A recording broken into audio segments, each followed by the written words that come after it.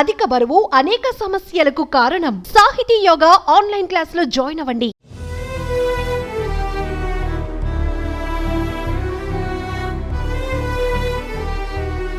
తెలుగు సినీ చరిత్రలో నటనకి కట్టని కోట కోట శ్రీనివాస్.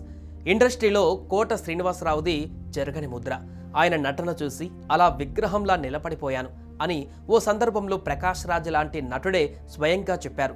నటన విషయంలో ఎన్నో అద్భుతాలు చేసి చూపించారు కోట శ్రీనివాసరావు.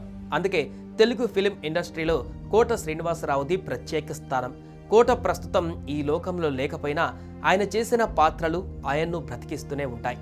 ఆయన చేసిన సినిమాలు చూస్తున్నప్పుడల్లా కోటను గుర్తు చేస్తూనే ఉంటాయి. లెజెండరీ నటుడు కోట శ్రీనివాసరావు అంత్యక్రియలు ఆదివారం జరిగాయి. అయితే అభిమానులు, సినీ సెలబ్రిటీల సందర్శనార్థం కోట శ్రీనివాసరావు పార్థివ దేహాన్ని ఆయన నివాసంలో ఉంచారు. అయితే తన 40 ఏళ్ల సినిమా కెరీర్లో కోట శ్రీనివాసరావుకు తీరని కోరిక ఒకటి మిగిలిపోయిందట. ఆ కోరిక కోసం కోట ఏకంగా 18 ఏళ్ల పాటు పరితపించారట. కానీ ఆ కోరిక తీరకుండానే మిగిలిపోయిందట. ఇంతకీ కోట ఆ చివరి కోరిక ఏంటి?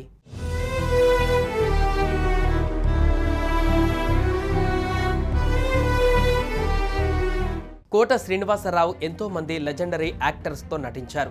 ఆయన్ని ఎన్నో అవార్డులు వరించాయి. అయితే ఆయనకి ఒక కోరిక మాత్రం తీరని కోరికగా మిగిలిపోయింది. జీవితంలో ఎంతో విషాదాన్ని కోట మోశారు. కోట ఓ ఇంటర్వ్యూలో మాట్లాడుతూ భగవంతుడు ఎంత పేరిచ్చాడో అన్ని కష్టాలిచ్చాడు, అవన్నీ గుర్తు చేసుకుని అప్పుడప్పుడు ఇంట్లో ఏడుస్తూ ఉంటాను అంటూ కోట ఎమోషనల్ అయ్యారు. తన రెండో కూతురు ఎప్పుడూ రిక్షా ఎక్కలేదని, ముచ్చటపడి ఓసారి విజయవాడలో బంధువులతో కలిసి రిక్షా ఎక్కిందని, బ్రేకులు ఫెయిల్ అయిన లారీ ఆ రిక్షాని గుద్దడంతో ఆ ప్రమాదంలో తన కూతురు కాలు విరగ్గొట్టుకుందంటూ అప్పటి ఇంటర్వ్యూలో కోట బయటపెట్టారు.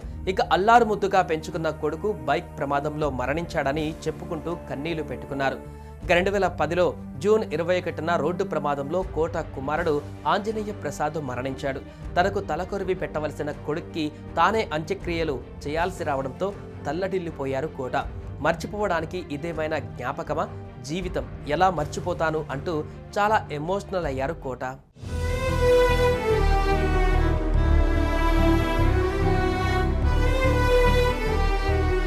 తన నటనా ప్రతిభకు ప్రతీకగా పద్మశ్రీ, నంది పురస్కారాలు సొంతం చేసుకున్న కోటకి తన 40 ఏళ్ల సినిమా కెరీర్లో తీరని కోరిక ఒకటి మిగిలింది.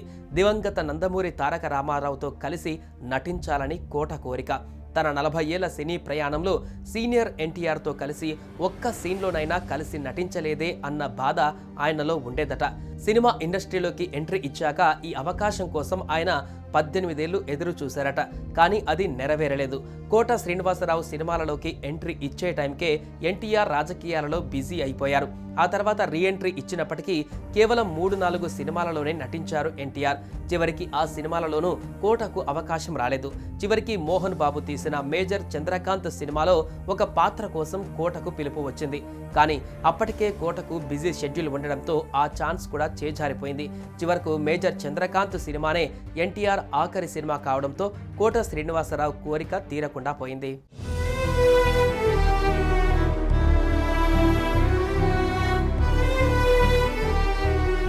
ఎన్టీఆర్తో నటించకపోయినా ఎన్టీఆర్ వారసులు బాలకృష్ణతో కూడా పలు సినిమాల్లో స్క్రీన్ షేర్ చేసుకున్నారు. అలాగే మనవడు ఎన్టీఆర్తో కూడా కలిసి నటించారు.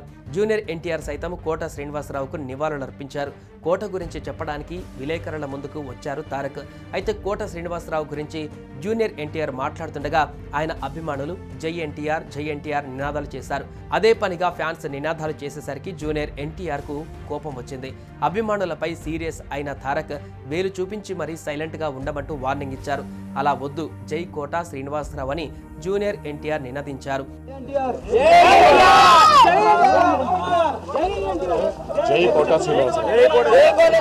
దీనికి సంబంధించిన వీడియో సోషల్ మీడియాలో తెగ వైరల్ అవుతోంది. కోట శ్రీనివాసరావుకు జూనియర్ ఎన్టీఆర్ ఇచ్చిన గౌరవాన్ని నెటిజన్స్ ఫిదా అవుతున్నారు.